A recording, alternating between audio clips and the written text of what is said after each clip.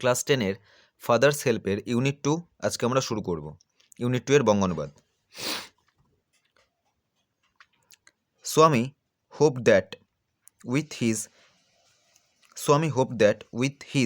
with this his father would be made to see why he must avoid school for the day.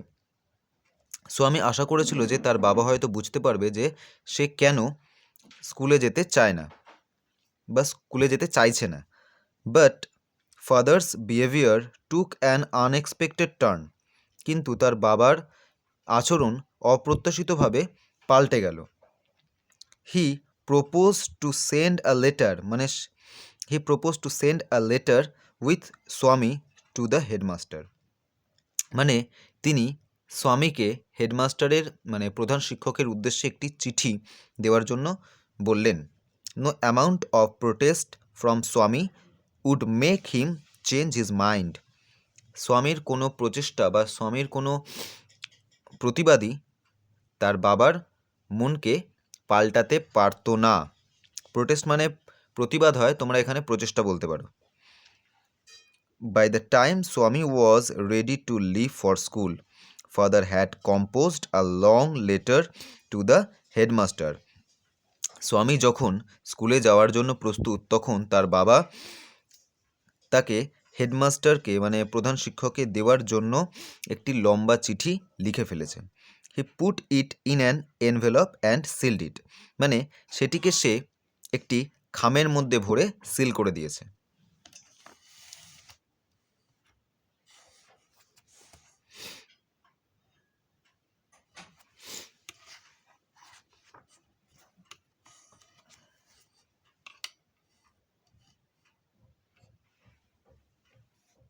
What have you written father? তুমি কি লিখেছো বাবা?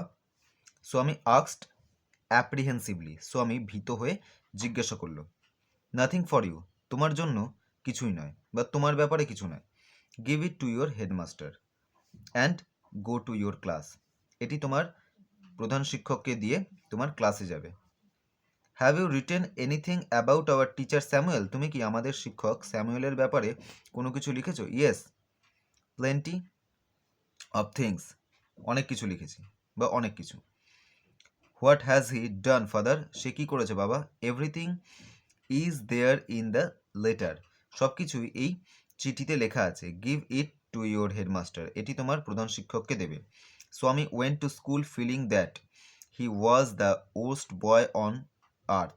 স্বামী স্কুলে গিয়েছিল এটি ভাবতে ভাবতে যে সে হলো পৃথিবীর সব থেকে খারাপ ছেলে। His consequence bothered him. তার বিবেক তাকে তাড়না করছিল। He was not at all sure if his description of Samuel had been accurate. সে নিশ্চিত ছিল না যে স্যামুয়েল সম্পর্কে তার দেওয়া তথ্য বা বর্ণনা সঠিক ছিল কিনা। He felt he had mixed up the real and the imagined. সে অনুভব করছিল যে সে সত্য এবং কল্পনার মধ্যে গুলিয়ে ফেলেছে। স্বামী stopped on the road side to make up his mind about Samuel. স্বামী রাস্তার ধারে দাঁড়ালো আর স্যামুয়েলের সম্পর্কে সে মনস্থির করতে লাগলো। Samuel was not such a bad man after all. Samuel কখনোই একজন বাজে মানুষ ছিল না।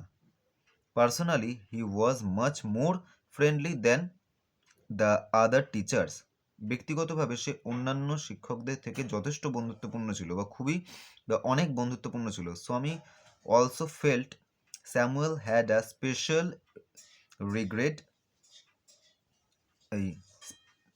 Regard for him. স্বামী অনুভব করেছিল যে স্যামুয়েলের জন্য তার একটি বিশেষ শ্রদ্ধা আছে, তার এক প্রকার বিশেষ শ্রদ্ধা আছে। Swami's head was dizzy with confusion. স্বামীর মাথা বা স্বামীর মস্তিষ্ক ঝিমঝিম করছিল বিভ্রান্তিতে। He could not decide if Samuel really deserve the allegations made against him in the letter.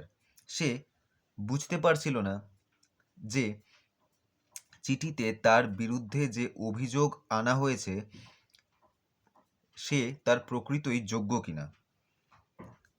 The more he thought of Samuel, the more স্বামী গ্রিভড ফর হিম। স্বামী স্যামুয়েলের সম্পর্কে যত ভাবছিল ততই তার জন্য তার দুঃখ হচ্ছিল। To recall Samuel's dark face, মানে স্যামুয়েলের কালো মুখ, তার মানে আমরা বুঝতে পারলাম স্যামুয়েলের স্কিন টোন কিন্তু ডার্ক ছিল। তার কালো মুখ, হিজ থিন মুস্টেজ, তার পাতলা গোঁফ, আনসেভেন চিক, তার কামানো গাল, এবং ইয়েলো কোট, তার হলুদ রঙের coat, field Swaminathan with sorrow, মানে স্বামীনাথনকে খুব দুঃখ দিচ্ছিল। মানে এই সমস্ত কথা ভেবে ভেবে তার হচ্ছে গিয়ে কালচে মুখ, তার পাতলা গোঁফ, তার কামানো গাল এবং তার হলুদ কোট, মানে স্যামুয়েলের এই সমস্ত কথা, মানে স্যামুয়েল সম্পর্কে এই সমস্ত কথা চিন্তা করে স্বামীনাথন খুব দুঃখ পাচ্ছিল, মানে তার মন দুঃখে ভরে উঠছিল। তো যাই হোক, তোমাদের ক্লাস 10-এর ফাদার্স হেল্পের ইউনিট 2 এর বঙ্গানুবাদ এখানেই শেষ হলো।